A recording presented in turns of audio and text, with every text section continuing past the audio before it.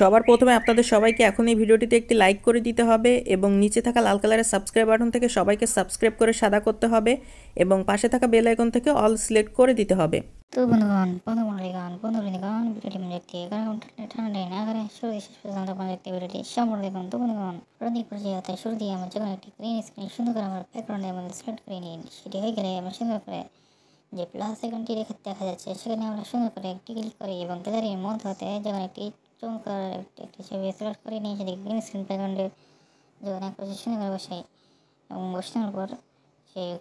ছবিটিকে আমরা আরও সুন্দর এবং অসাধারণ করে তুলতে আমরা বিভিন্ন রকম ফাংশন, বিভিন্ন রকম টুলস রয়েছে,